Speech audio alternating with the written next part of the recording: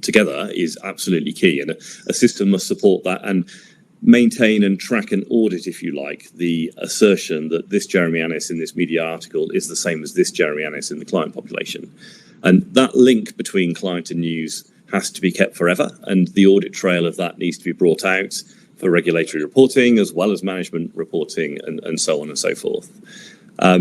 There is a side effect, another benefit of actually performing this tracking and documentation as well, and that is that ongoing entity resolution can then be used to help stop re-alerting, which just increases the efficiency of a solution. So if we've previously made a link between Jeremy Annis and money laundering, God forbid, I'm sure it's not me, then we don't want to do it again. And it doesn't need to be another alert unless there is some additional material evidence that we do care about. So the system should be able to cope with that sort of temporal nature of negative news screening as well. I think it's interesting talking about the context of continuous monitoring in here too. And many of the sort of let's say lower technology solutions that are used by some organizations for doing negative news screening, such as doing a search engine search, going to a website, typing in a name into a search engine, getting some results back, and then perhaps looking at the first page of results, fundamentally doesn't support that continuous monitoring or even event-based kind of review. It's very much driven by a person.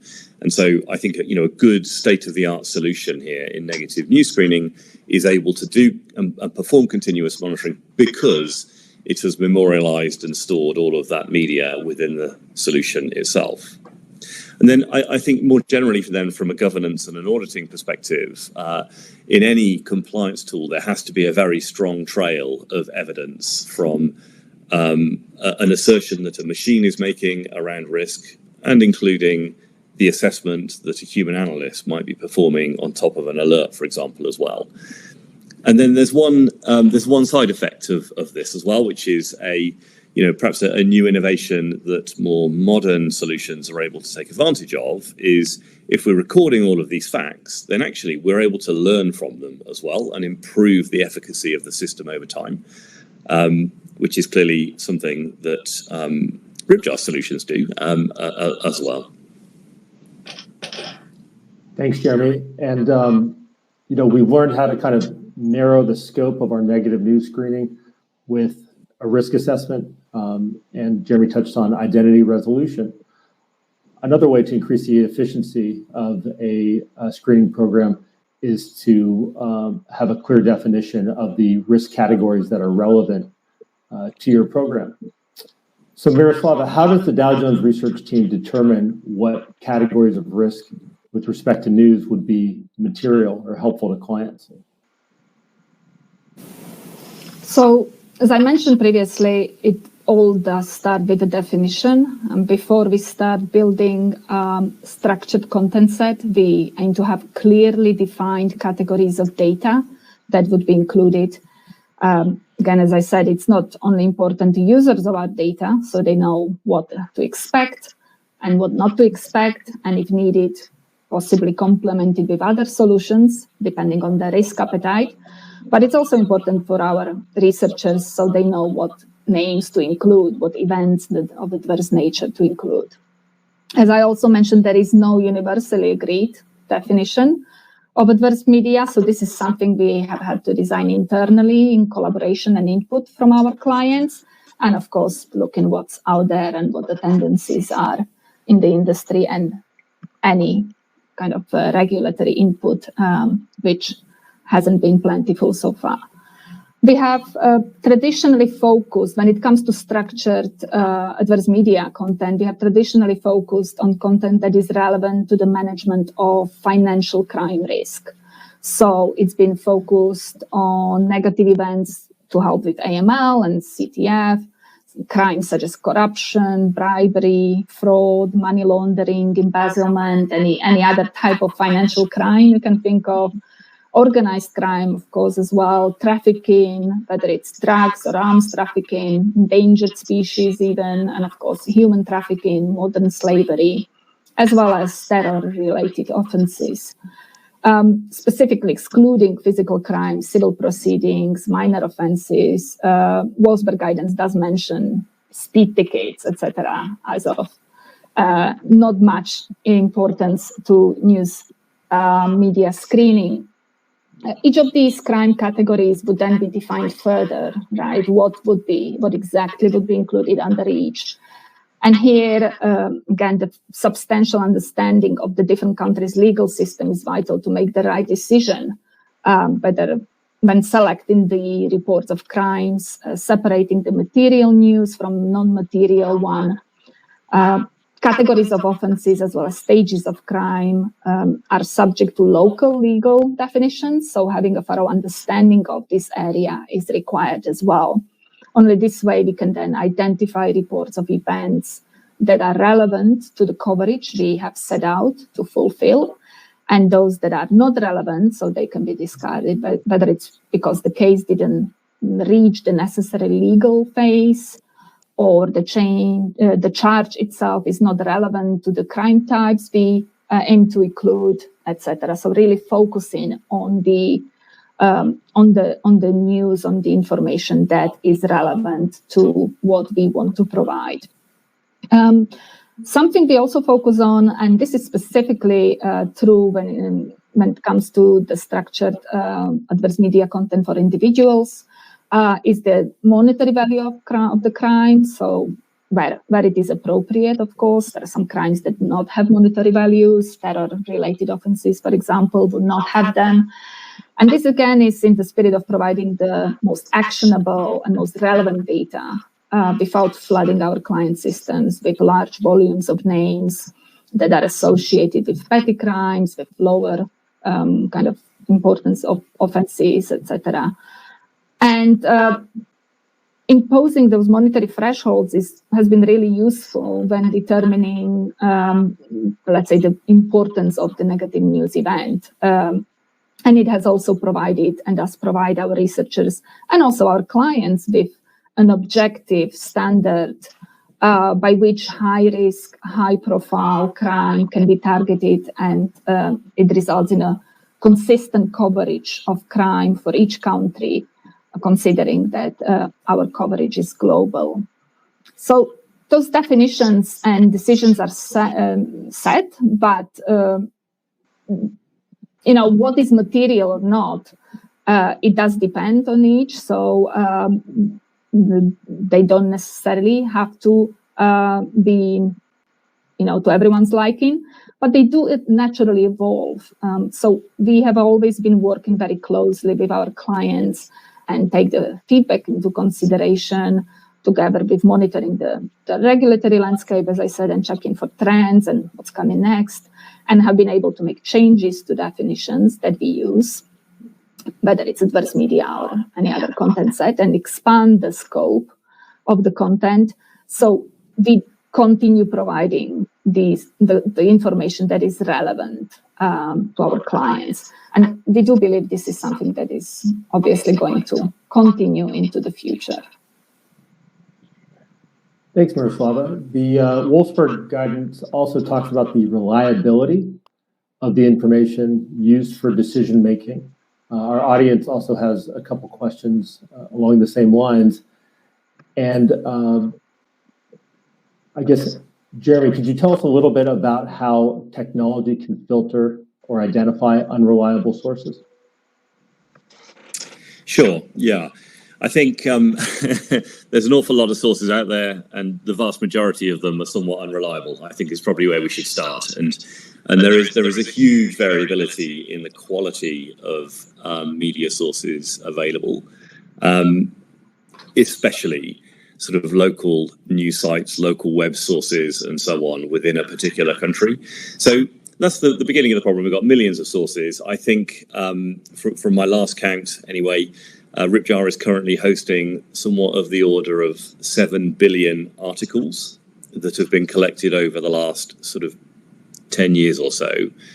There is a significant amount of unreliable data inside of that huge volume, and obviously most of that doesn't carry risk. So I think perhaps the first challenge in unreliable information is actually duplication, and I know that's not necessarily the strict definition of reliability, but receiving the same item that is a near duplicate time and time again, is a devastating cost from an efficiency perspective. So being able to remove duplicates is absolutely key. And I think in our processing environment today, we see something of the order of 50% duplication, which is clearly huge. And most of that comes around from resyndication of existing material from other sources, actually, often subtly changed by the resyndicator in very minor ways that just make it very difficult to determine that it is actually a duplicate. First challenge is solving that. Then at least you can see some wood for the trees. And providing a reliability index for each source is absolutely key here. And this can be this reliability sort of concept can come from a person or it can come from a machine. It doesn't really matter. But when we produce it, we're able to produce it by processing the content from those sources. And we have the benefit of the historical information from a particular source as well, so we can understand how the structure of that source is changing over time. And structure is really key. So web pages themselves, which might be containing a news article or any other kind of information, they carry a structure that's interesting. And there are signs in that structure that can make the machine suspicious about the reliability of it. And they can include things like the site providing the ability for somebody to log in and change and edit the content. That's never a good sign, that it can be edited on the fly, potentially by any subscriber to that website. Is the text itself opinionated or is it subjective? So this is a brand of machine learning and sort of artificial intelligence called natural language processing, which is able to assess a passage of text to see whether it is more fact carrying or more fiction carrying, if you like. And clearly, the more subjective it is, the more likely it is to carry something that's reliable. Then I think there are, you can really sort of drill into this in all sorts of linguistic sort of and stylistic oddities, if you like. So has the content been written in a flamboyant way, which I guess is a brand of subjectiveness as well? Does it have emojis in it? Are there lots of sort of factual type entities within the text, say monetary numbers or dates and countries mentioned and other such things like this? So it's relatively easy to understand the stylistic representation of a piece of text using natural language processing. Then I think perhaps another more powerful technique is actually to do something very similar to how modern search engines work today, which is use references. So if a site refers to another one on a frequent basis, then there is an ability to understand the reliability of the site compared to other sites' references to it. And that is very much using sort of network analytics and techniques to understand that reliability as well. From all of that, you can come up with a ranking score that will give you some indication as to whether that source is reliable or not. Then clearly, it is just a matter of keeping a list of those sources that you want to either include or exclude from your screening, which ultimately just comes down to configurability at the end of the day. But I think it is sort of worth noting that coverage across different geographies is also very different. And sometimes, even when the reliability of a source is perhaps deemed to be reasonably low in a particular geography, that might be one of a very few number of sources, and you're better off keeping it than you are actually throwing it away, because it still might carry some interesting insights. Thanks, Jeremy. And from the analyst perspective, Miroslava, could you describe the process a researcher takes to vet the reliability of a news source? Sure. I think Jeremy has kind of summed it up really nicely, and the particularities of a source that would indicate that it might not be really reliable. But when it comes really to this type of decision, whether a news source is reliable or not, this has been largely preempted for our teams. And the reason behind that is that our structured adverse media content is built and maintained using information exclusively from the licensed publications in Factiva. And for those of our attendees that are not familiar with Factiva, it's a Dow Jones News Archive, thousands of sources from all around the world in different languages, whether it's an international, national, local publication, etc., with millions of news articles flowing in every week. And Dow Jones decides who we license content from and which sources are selected for addition to Factiva, and that's based on several factors. And among them, obviously, we take into account things like user requests or our content collection strategy, technological ability of the publisher to participate as a content partner, but also, importantly, based on the quality and reputation assessment by Dow Jones, the completeness of coverage, the timeliness of delivery, proprietary nature of the source. And the last thing is specifically important to make sure that the content that we receive from those publishers are legally authorized to provide and distribute. So avoiding using illegally procured content is important as well. Once these requirements are satisfied and there is an agreement in place, a source is licensed, and the content starts flowing into Factiva for our researchers to use. Maybe let me mention here that Dow Jones does believe in the importance of using licensed media in negative news screening solutions. And we see many disadvantages with using internet media searches, as we believe that a decision needs to be made based on reliable sources and that are also copyright compliant, especially when there is reliance on these articles in compliance workflows. It's also important to keep in mind that as a data controller of adverse media news screening, our clients may have to justify the basis for their decisions to data protection supervisory authorities, and may have to justify the source of the information for negative news. And if a source was used that had information acquired without consent of the publisher or anything that might be a little bit dodgy there, this might leave our clients without adequate protection. So having said that, while the researchers only look through sources that have already been kind of pre-approved for them, they still need to make sure that they provide accurate, balanced, objective, and unbiased overview of the actual events, as were reported in those articles, meaning that they have to go through all the information that is available on the specific event, on the case, criminal proceeding, etc., that they are working on, and find all the facts and report them in line with strict editorial guidelines that we have in place. So there is a lot that is being decided upon when the content is being created. Thanks, Miroslava.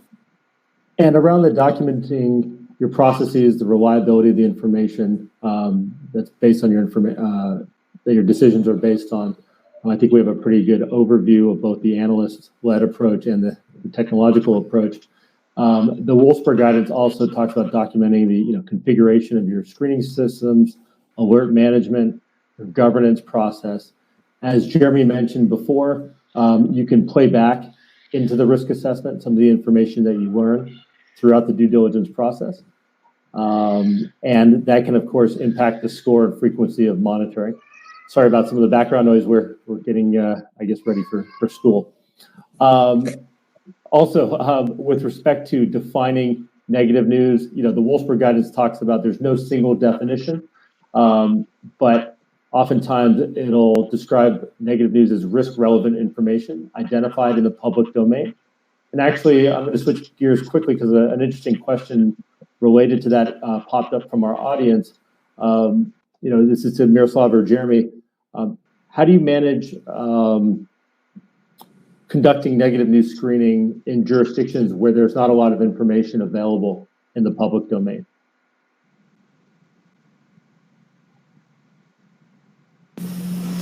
Sure. So from the kind of analyst point of view and the information we have access to, we know that there is information more easily available for some countries than others, or it might be of different nature, so there might be a lot of content available on criminal proceedings in one country and not in another, or even things like names of people being involved in a suspected criminal activity and being investigated or charged not being available in those reports. But that's why having access to sources globally, so from different countries around the world, we do see that there is good coverage to be had from countries, the neighboring countries, for example, the watchdogs that,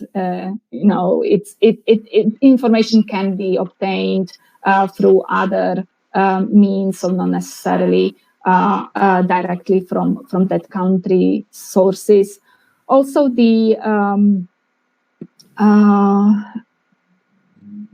that just escaped me. As cases develop, more information may become available later on. And one point maybe to mention here as well is that sometimes, depending on the country, the events of negative nature might be politically motivated, for example, depending on the situation within that country at that specific moment. And then our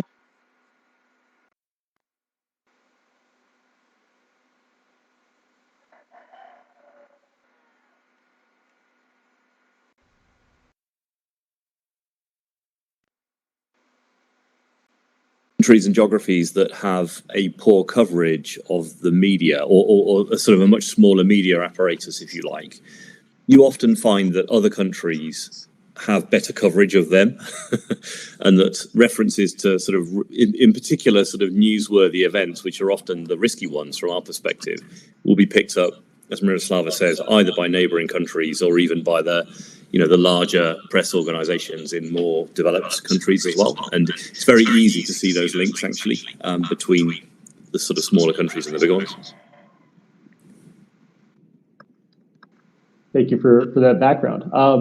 The Wolfsberg guidance also talks about kind of the two main elements of negative news, such as risk category, which we talked about before, but also risk stage. Miroslava, what risk stages are relevant in your research, and how do you build a definition to find or to define the different risk stages and narrow the scope of your research? Sure. So again, this is tied with the definition and the concept of it, and what we have set out to provide.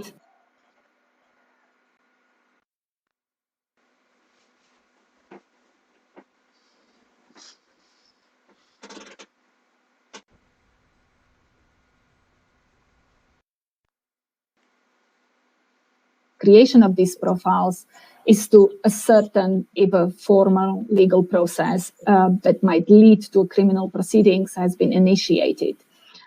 So for us, that would be the starting point, the initiation of legal process. And for that, as I mentioned several times already, it's necessary to understand the legal system in the countries around the world, because the legal process starts with different events in different countries, depending on a country's judicial system and legislation. So in many countries, the first legal phase is the one that is equivalent to the start of a formal investigation, for example, not the preliminary inquiry phase. Maybe let me demonstrate on a couple of examples. In some countries, for example, such as India, the proceedings are started with a written document prepared by the police, which is called first information report, when information about the commission of a cognizable offense is received. And once this report is registered, the police are obliged to investigate the case, record the statements from witnesses, and file a final report. If the police concludes there is no basis for the complaint and no evidence available to prosecute the case, no further action is taken. So no legal process actually starts. If there is enough evidence, a charge sheet is submitted before a court and the trial begins. So when this is reported, that the charge sheet has been submitted before a court, we consider the case as relevant to the coverage, and this kind of coincides with the English term charged. And that's why, as I said, it's extremely important to understand what these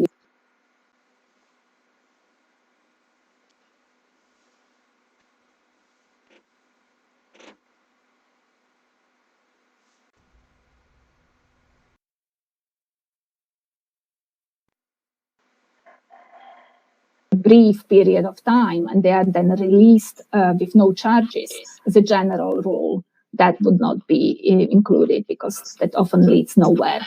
Now, if the arrest is made and charges are laid, that's something we would cover. So that's kind of when in countries where the legal system is quite transparent, there are some that it's not that transparent, and we would take each case on a case by case.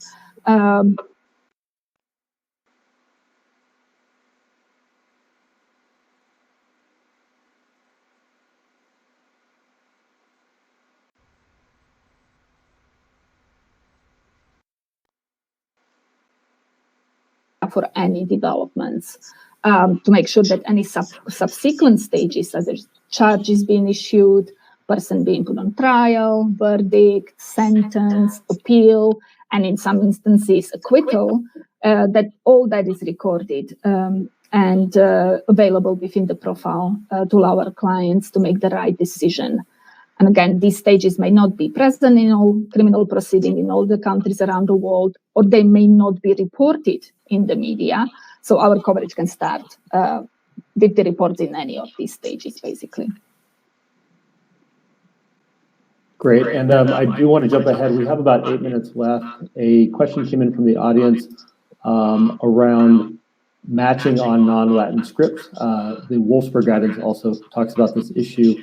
And the difference between transliteration, transcription, translation. Miroslava, can you talk a little bit about the approach for building structured negative news with non-Latin script names? And then we can go over to Jeremy to talk about kind of the matching approach.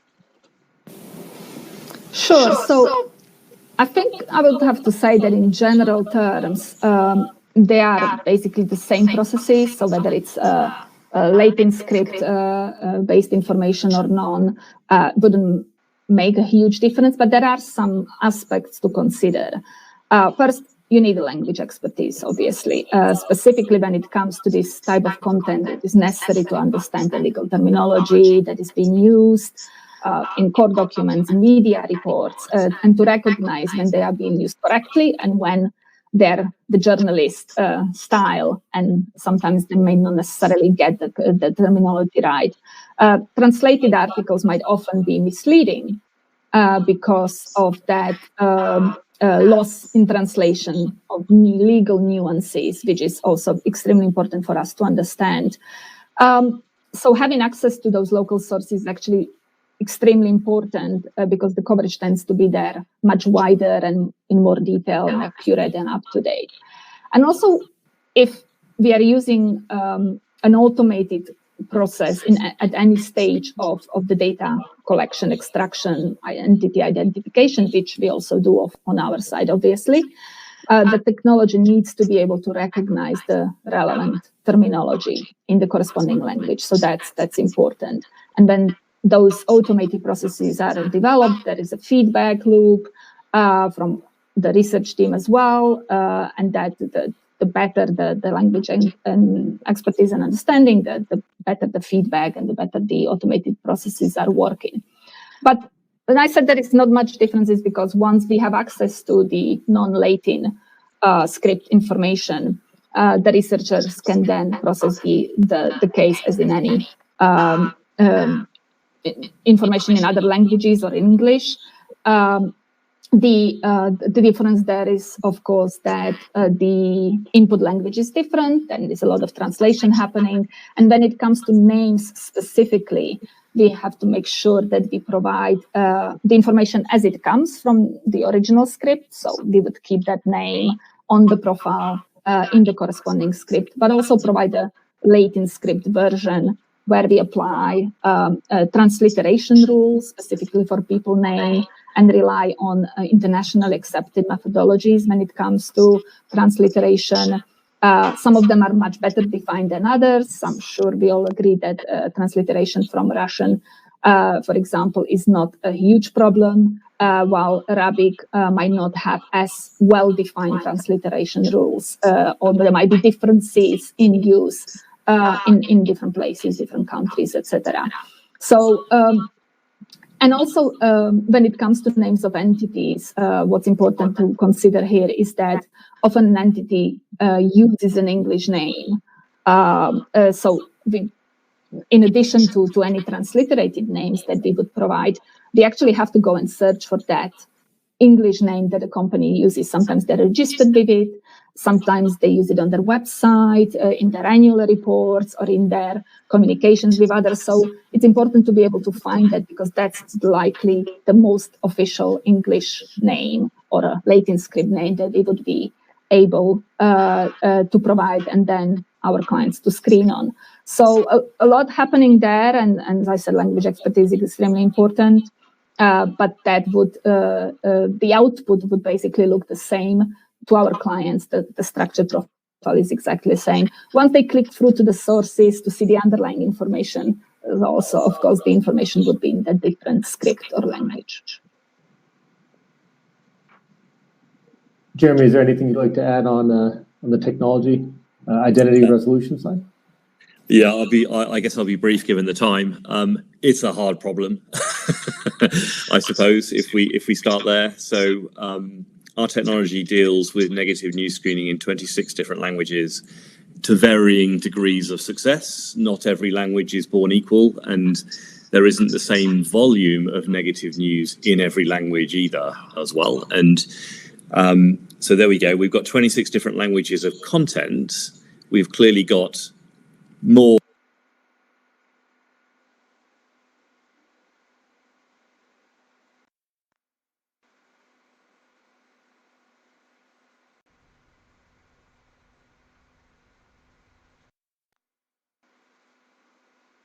point in the past where they were thinking of something else and they put in spelling mistakes and all sorts of other, challenging.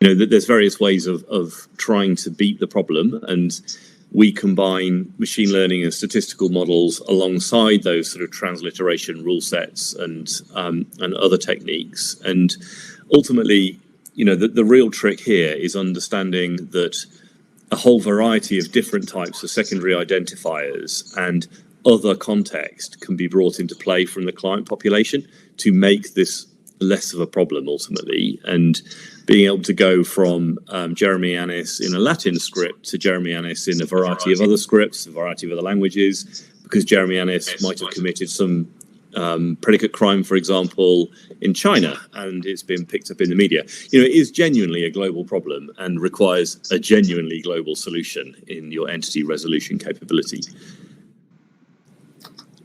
I think the current, capabilities of data and technology certainly impact regulatory expectations. And so, we all hope there'd be a red light, green light, that could tell you no risk, yes risk, move forward, don't move forward. But I think that's why the risk-based approach is so important, and take into account both the benefits and limitations of data and technology to build your negative news screening in an effective and efficient manner. That actually concludes our webinar for today. More to cover, but we just unfortunately have an hour. I'd like to thank our audience for joining and for submitting questions, and our expert speakers today. Fantastic discussion, and thank you all.